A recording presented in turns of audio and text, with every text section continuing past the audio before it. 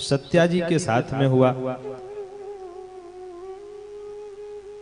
7वां विवाह भगवान का भद्रा के साथ में हुआ। 8वां विवाह लक्ष्मणा जी के संग में हुआ। इस प्रकार भगवान के 8 विवाह तो अलग अलग हुए, पर 16,100 विवाह भगवान के एक ही साथ संपन्न हुए। परीक्षित जी को महान आश्चर्य। परीक्षित जी ने कहा, गुरुदेव 16,100 विवाह एक साथ कैसे? सुखदेव जी मुस्कुराते हुए कहते हैं, राजन, भौमासुर नाम का एक राक्षस था। वो जितने भी राजाओं को जीतता था उनकी कन्याओं का अपहरण कर लेता था, और इस प्रकार से 16,100 कन्याओं को उसने बंदी बना लिया।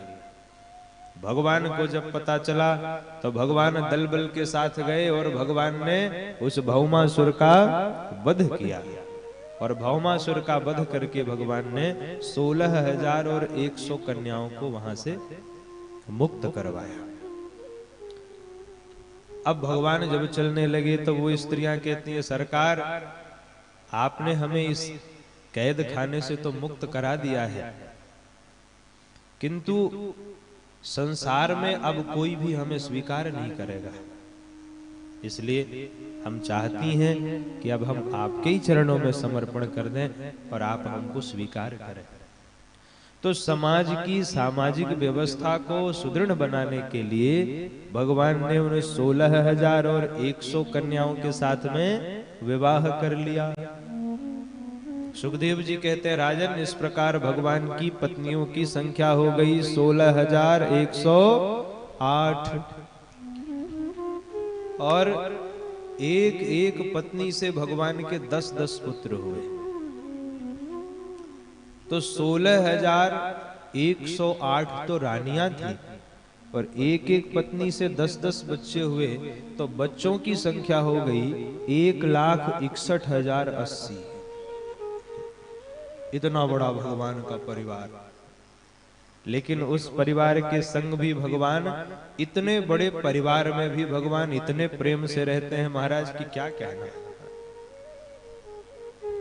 हम लोगों से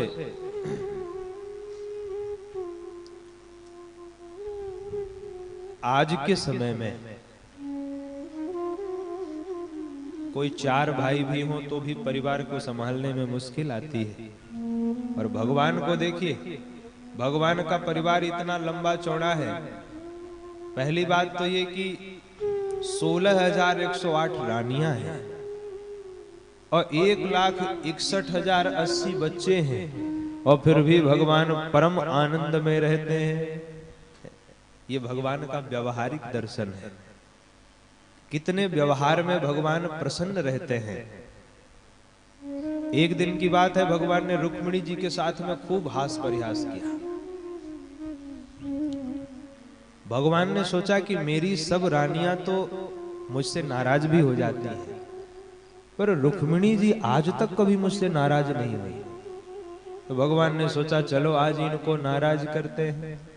भगवान रुक्मिणी जी के पास आए और भगवान ने बिल्कुल मासूम सा चेहरा बना लिया, एकदम उदास होके बैठ गए। अब रुक्मिणी जी को लगा कहीं मुझसे ही तो कोई अपराध नहीं हो गया, मुझसे ही तो कोई गलती नहीं हो गई। रुक्मिणी जी ने कहा, स्वामी जी आज क्या हो गया? आज आपका मुख कमल मुरझाया हुआ है, क्या मुझसे कोई अपराध हो गया?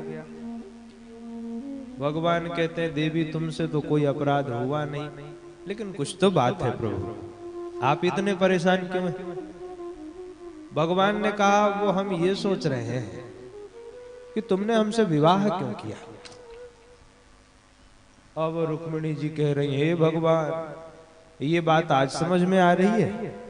10-10 बच्चों के बाप हो गए और आज जाकर के आप ये बात पूछ रहे हो कि आपने मुझसे विवाह क्यों किया। रुक्मिणी जी ने सोचा ऐसे ही कह रहे हो। भगवान ने कहा, देवी नहीं नहीं, मैं वास्तव में पूछ रहा हूं, तुमने मुझसे विवाह क्यों किया? अगर तुमको ये लगता रहा हो कि मैं कोई राजा हूं, तो देखो राजा तो मैं हूं नहीं। अगर तुमको ये लगता रहा हो कि हम बहुत सम्मानित हैं, तो मेरे तो मैया बाप का भी पता नहीं। कोई कोई कहते हैं मेरे माता पिता नंद और जसोदा हैं, कोई कोई कहते हैं मेरे माता पिता देवकी और वसुदेव हैं। गुण मुझ में कुछ है नहीं, तो आखिर तुमने मेरे साथ विवाह क्यों किया? अब इतने में भी रुक्मिणी जी के ऊपर कोई प्रभाव नहीं पड़ा, तो भगवान बोल पड़े, देवी जी हम तो कहते हैं अभी भी कुछ नहीं बिगड़ा है। और जैसे ही भगवान ने ऐसा किया कहा, वैसे ही रुक्मिणी जी को मूर्छा आ गई। रुक्मिणी जी मूर्छित होकर के गिरने लगी। भगवान ने तुरंत चतुर्भुज रूप बनाया, दो हाथों से भगवान ने रुक्मिणी जी को संभाला। एक हाथ से भगवान पंखा करने लगे और एक हाथ से पानी के छींटे भगवान उनके ऊपर मारने लगे। थोड़ी देर पानी के छींटे मारे और पंखा किया तो रुक्मिणी जी को होश आया। भगवान ने कहा, अरे देवी मैं तो परिहास कर रहा था तुम्हारे साथ, ये बुढ़ापे में भी तुम्हारी ऐसी स्थिति हो गई। रुक्मिणी जी ने कहा, स्वामी जी कोई ऐसे परिहास करता है? भगवान कहते हैं, देखो देवी, जो गृहस्थ आपस में हास परिहास नहीं करते उनका जीवन बड़ा कठिन हो जाता है। ये भगवान ने उपदेश दिया। भगवान कहते हैं ये ग्रह जो है, गृहस्थी जो है, ये जंजाल है, नाना प्रकार की परेशानियां आती हैं। इसलिए पति पत्नी को आपस में खूब हास परिहास करते रहना चाहिए महाराज, खूब आनंद में रहे। रुक्मिणी जी कहती हैं, सरकार पर एक बात है, आपने जो कुछ भी कहा, भले ही आपने हास परिहास में कहा, पर मुझे तो लगता है कि आप हास परिहास में भी झूठ नहीं बोल सकते। आपकी एक एक बात सही थी। भगवान ने कहा, कैसे? रुक्मिणी जी कहती हैं, आपने कहा कि आपके माता पिता का पता नहीं है, तो सही तो कहा आपने। अरे आप स्वयं सारे जगत के माता पिता हैं, तो आपका माता पिता कौन हो सकता है? आप तो स्वयं सारे जगत के माता पिता हैं।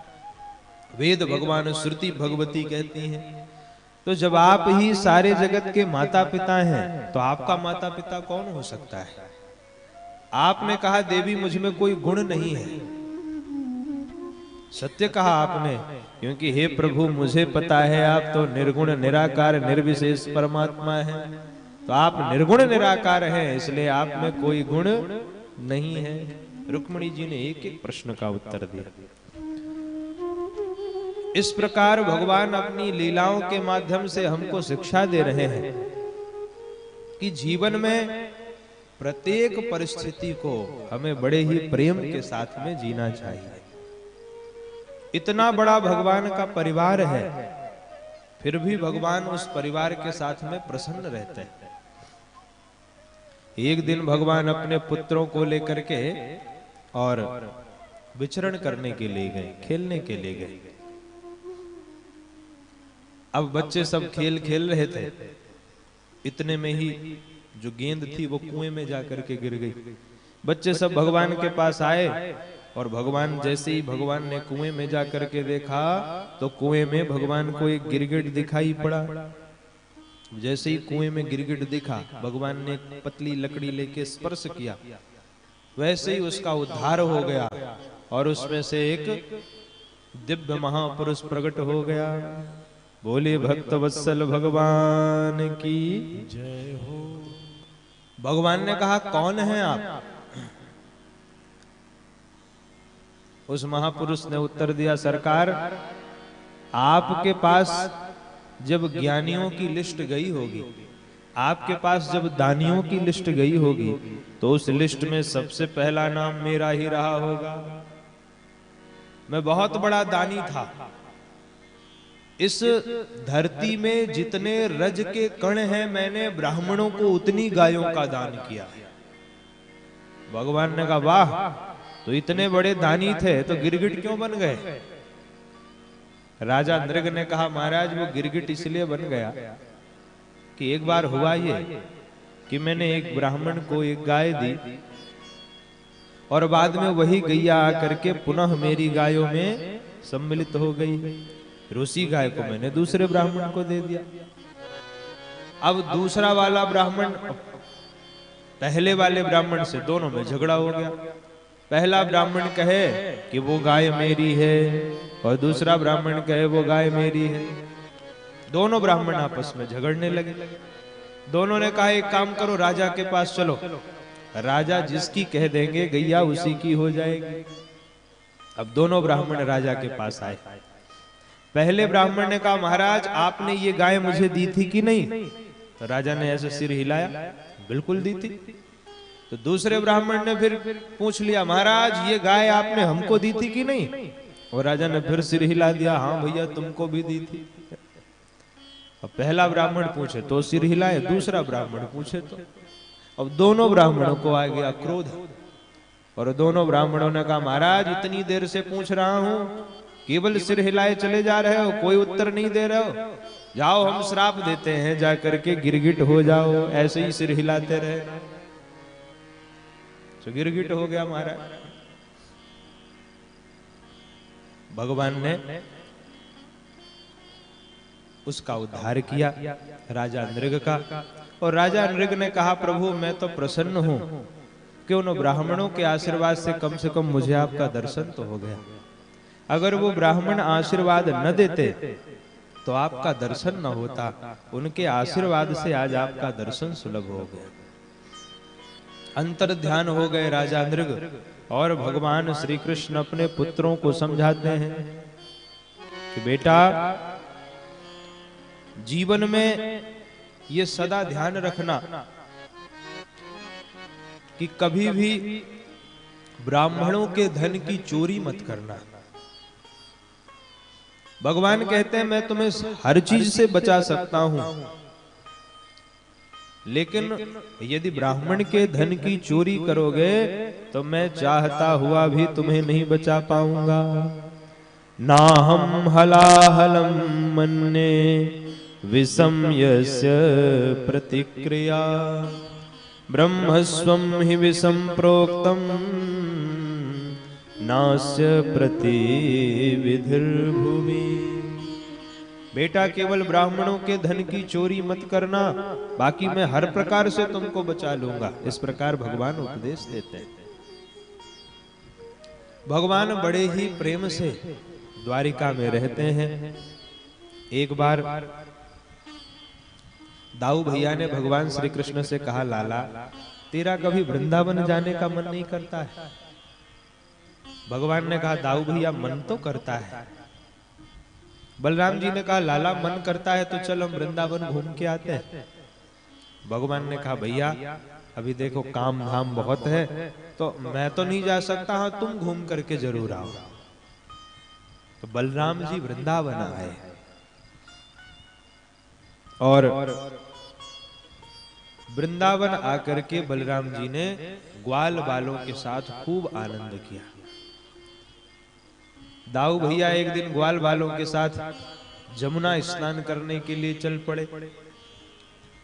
अचानक से दाऊ भैया ने ग्वाल बालों से कहा भैया एक काम करो यहीं बैठो सब लोग, गोपियां ग्वाल बाल सब थे। दाऊ भैया ने कहा यहीं जमुना जी को बुलाते हैं। अपने स्थान पर बैठ गए और जमुना जी से कहा कि जमुना जी आप यहाँ चल करके आइए, हमको स्नान करना है। अब बताओ जमुना जी अपने रास्ते बह रही थी और दाऊ भैया बैठे बैठे जमुना जी को बुला रहे हैं, यहाँ चल करके आओ हमें स्नान करना है। और जब जमुना जी नहीं आई तो दाऊ भैया को क्रोध आ गया और दाऊ भैया ने हल मूसल निकाला और जैसे ही हल मूसल निकाल के जमुना जी में रखा वैसे ही जमुना मैया प्रकट हो गई। जमुना मैया ने बलराम जी से क्षमा याचना करी। राम राम महाबाहो न जाने तव विक्रमम्, यस्यैकांसेन विधृता जगती जगतः पते।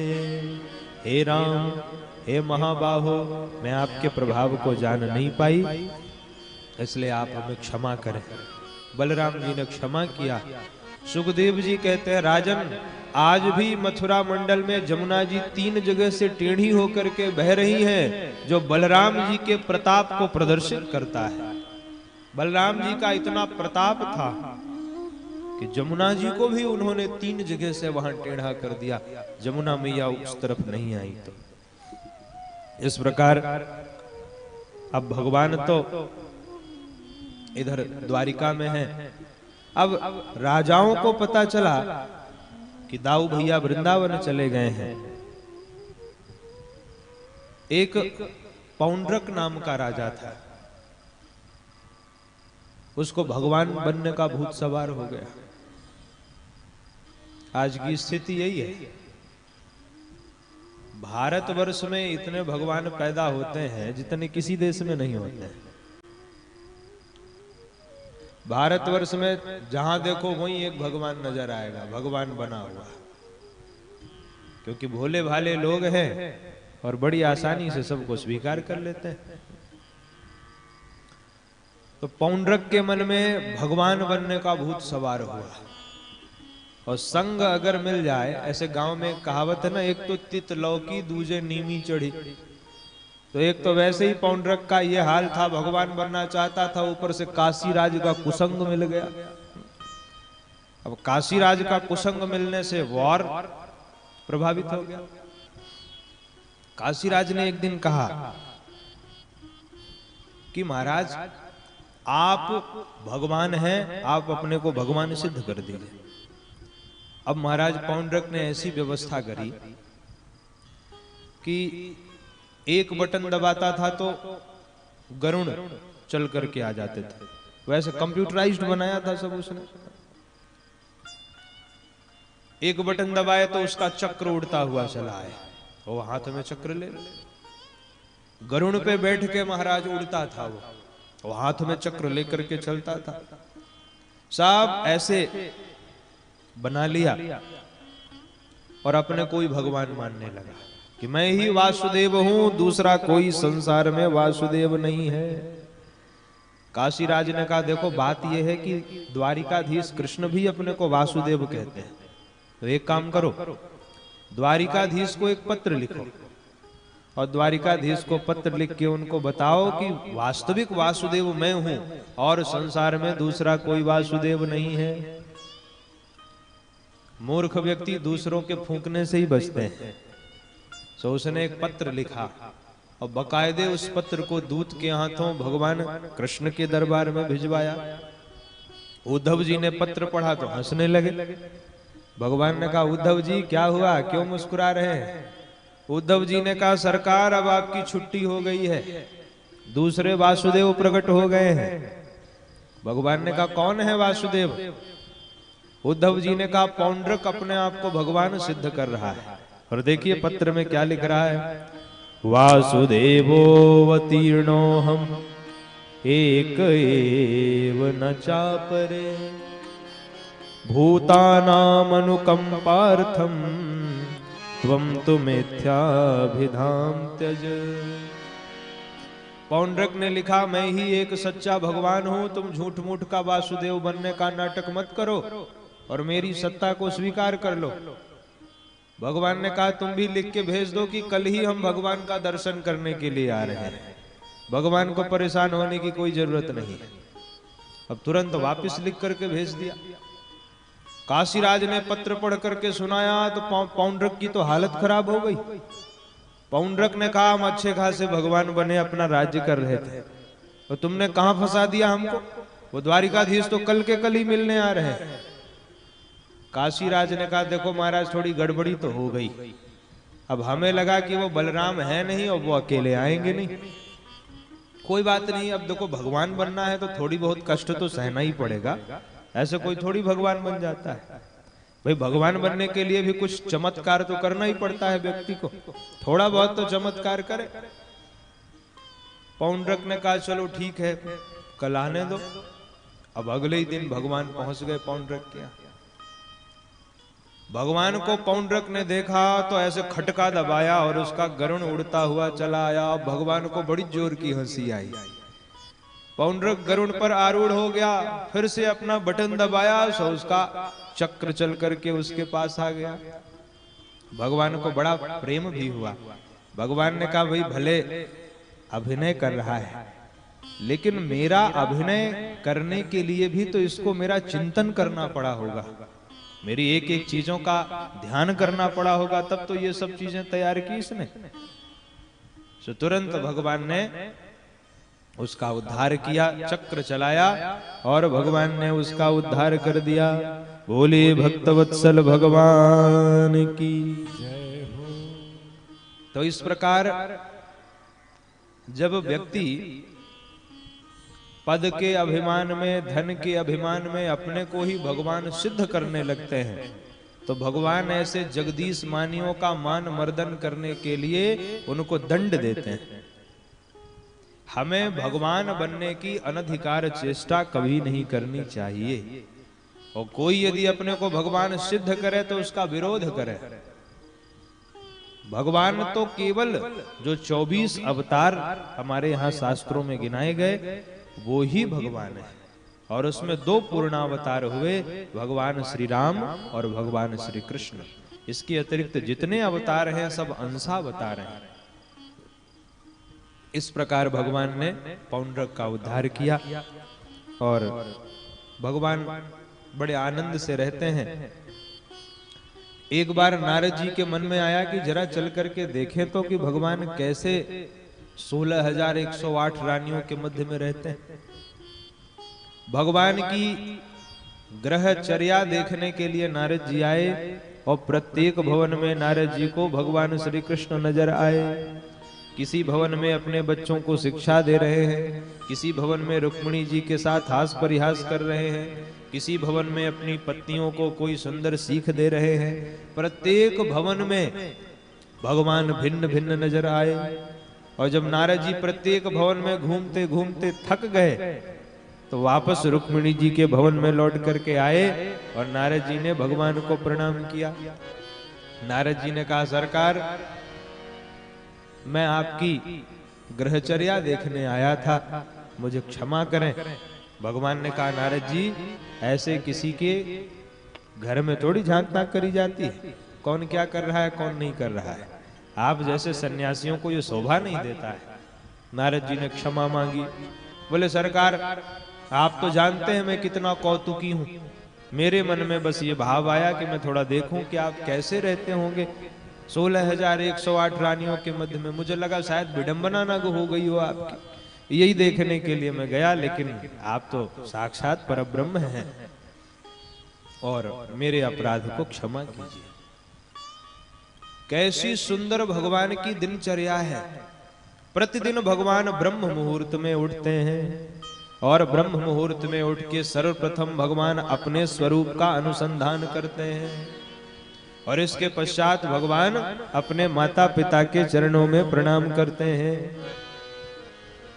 ये भगवान का नित्य का नियम है।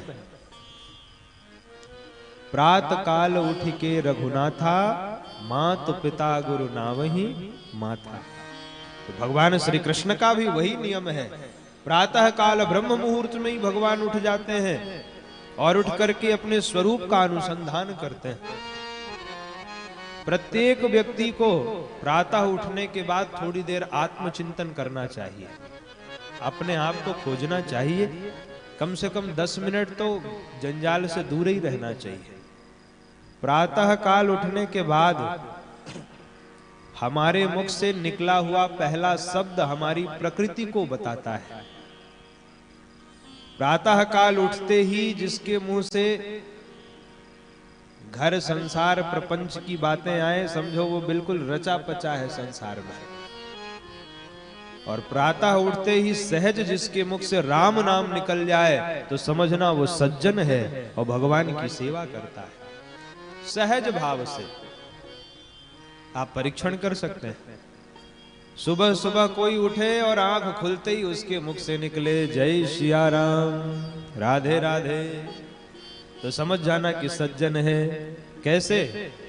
राम नाम ते ही सुमिरन कीन्हा, राम नाम ते ही सुमिरन कीन्हा, राम नाम ते ही सुमिरन कीन्हा, राम नाम ते ही सुमिरन कीन्हा, हरसि हृदय हरसि कपि सज्जन चीन्हा, हृदय हरसि कपि सज्जन चीन्हा, हृदय हरसि कपि सज्जन चीन्हा, हृदय हरसि कपि सज्जन चीन्हा। प्रातः काल विभीषण जी के मुख से पहला शब्द क्या निकला? ब्रह्म मुहूर्त में राम राम। और जैसे ही विभीषण जी के मुख से राम नाम निकला, हनुमान जी समझ गए कि ये सज्जन हैं और ही सन हठ करिहों पहचानी, क्योंकि साधु ते होए ना कारज हानि। बिना मिले ही हनुमान जी समझ गए कि ये सज्जन हैं, ये साधु हैं, क्योंकि प्रातः काल सहज उनके मुख से राम नाम निकला। तो यह भी अभ्यास की चीज है। हमें अभ्यास करना चाहिए कि कम से कम सुबह उठने के बाद सर्वप्रथम हमारे मुख से राम नाम निकले। तो भगवान श्री कृष्ण उठते हैं, सर्वप्रथम अपने ही रूप का अनुसंधान करते हैं। इसके पश्चात भगवान माता पिता के चरणों में प्रणाम करते हैं, स्नान करते हैं, अग्निहोत्र करते हैं और फिर भगवान अपनी सुधर्मा सभा में जाते हैं। सुखदेव जी कहते हैं, राजन, भगवान की सुधर्मा सभा की विशेषता यह है कि उसमें कितने ही लोग बैठ जाएं पर एक कुर्सी हमेशा खाली रहती है। चाहे हजारों लोग आ जाएं, फिर भी भगवान की सभा की ये विशेषता है कि उस सभा में एक कुर्सी सदा सर्वदा खाली रहती है। बोलिए जय श्री कृष्ण। एक दिन भगवान अपनी सुधर्मा सभा में बैठे थे। एक सेवक ने आकर के जानकारी दी कि सरकार, जरासंध के जेल खाने में 20,800 राजा कैद हैं, तो कृपा करके आप चलिए और जरासंध का वध करके उन राजाओं को आप मुक्त करवाइए। इतने में नारद जी ने आकर के सूचना दी कि महाराज, पांडव राजसूय यज्ञ कर रहे हैं और उस यज्ञ में आपको निमंत्रित किया है। अब भगवान उद्धव जी से पूछते हैं कि उद्धव, पहले कहां चले? पहले पांडवों के यहाँ राजसूय यज्ञ में चले कि पहले जरासंध के यहाँ जो 20,800 राजा कैद हैं उनको छुड़ाने चले? उद्धव जी ने कहा, प्रभु, मुझे तो ऐसा लगता है कि पहले हमें पांडवों के यहाँ चलना चाहिए। भगवान ने उनकी नीति नैतिकता की प्रशंसा करी और भगवान उद्धव आदि को लेकर के पांडवों के यहाँ आए। भगवान ने स्पष्ट कर दिया, देखो, जब तक जरासंध जीवित है तब तक यह यज्ञ सफल होने वाला नहीं है, इसलिए सबसे पहले जरासंध का वध करना पड़ेगा। तो भगवान ने अर्जुन और भीम को अपने संग लिया, ब्राह्मण का वेश बनाया और भगवान सीधे जरासंध के यहाँ पहुंच गए। बोलिए वृंदावन बिहारी लाल की। जरासंध के यहाँ भगवान गए और भगवान कहते हैं, भिक्षाम देहि। जरासंध आया। ब्राह्मणों की तपस्या के कारण ही जरासंध ने 18वीं बार भगवान को हराया था। 11,000 ब्राह्मणों को उसने मंत्र जप पर बैठाया था और उन ब्राह्मणों की तपस्या के परिणाम से ही भगवान को भागना पड़ा रण छोड़ बन करके। तो इसलिए जरासंध के मन में ब्राह्मणों के लिए बड़ी श्रद्धा है। जरासंध ने कहा, महाराज, हम आपको सब देने के लिए तैयार हैं, बताइए क्या चाहिए आपको? भगवान ने कहा, महाराज, अगर आप हमसे संतुष्ट हैं तो हमको युद्ध की भिक्षा दीजिए, हम आपके साथ में युद्ध करना चाहते हैं। जरासंध ने विचार किया कि ये ब्राह्मण होकर के युद्ध करना चाहते हैं। एक से एक ब्राह्मणों को देखा, लेकिन युद्ध की भिक्षा मांगने वाला ब्राह्मण तो आज तक हमने नहीं देखा, और ये ब्राह्मण होकर के युद्ध की भिक्षा चाह रहे हैं। जरासंध ने कहा, पहले अपना परिचय दो, तुम कौन हो?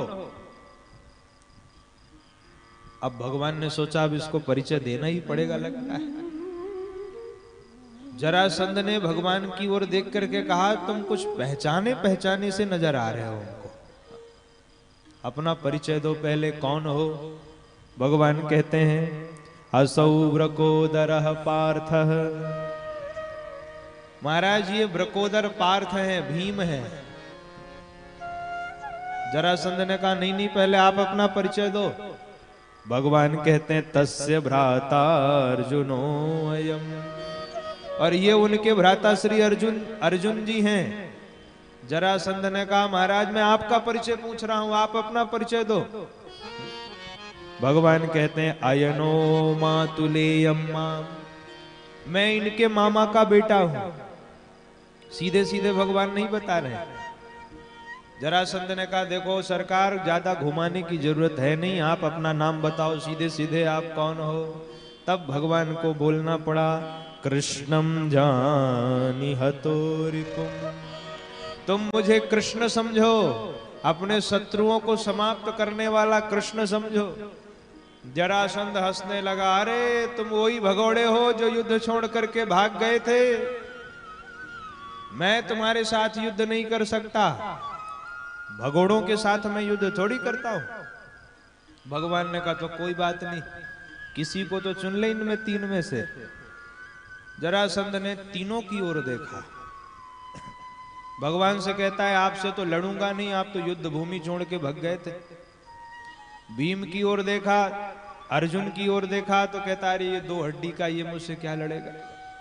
और भीम की ओर देख करके कहता हाँ ये कुछ कुछ मेरे अनुकूल जरूर दिखाई पड़ रहा है। अब भीमसेन की भी छाती चौड़ी हो गई, वाह रे इसने अर्जुन को फेल कर दिया, कृष्ण भगवान को फेल कर दिया, पर मैं इसके अनुरूप हूं, क्या बात है। अब भगवान भी मुस्कुराए, भीम भैया। अब जैसे ही भीम का और जरासंध का युद्ध प्रारंभ हुआ, जरासंध ने ऐसे भीषण प्रहार किए कि कुछ दिनों तक तो भीमसेन ने खूब टक्कर दी, और कुछ दिनों के बाद भीमसेन की एक एक हड्डी चूर होने लगी महाराज। अब तो एक दिन तो भीम के मन में ऐसा भाव आ रहा है कि अगर मुझे रास्ता मिल जाए तो मैं भाग जाऊंगा।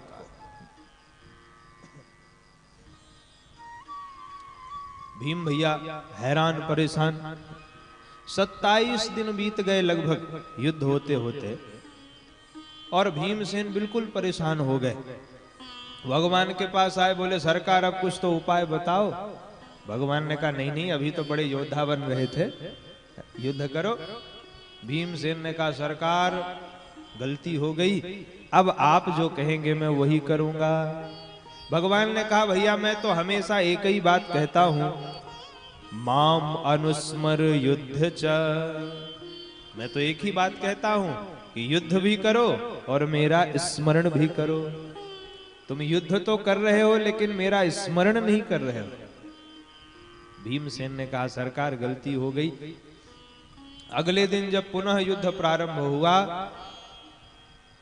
और जरासंध की गदा से भीमसेन जब परास्त होने लगे, तो भीमसेन ने भगवान की ओर देखा, और जैसे ही भगवान की ओर देखा, भगवान ने एक तिनका लेकर के दो भागों में चीर करके उसको फेंक दिया।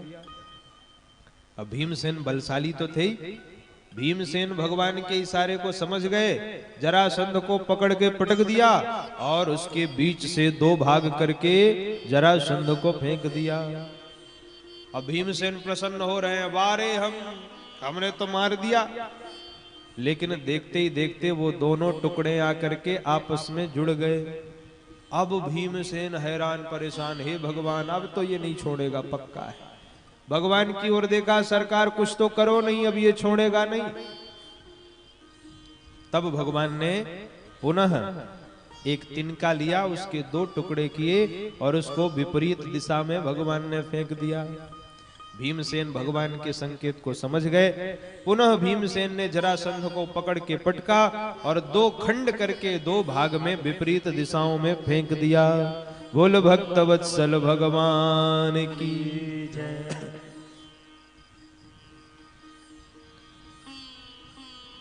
भीमसेन दो भागों में होने के पश्चात भी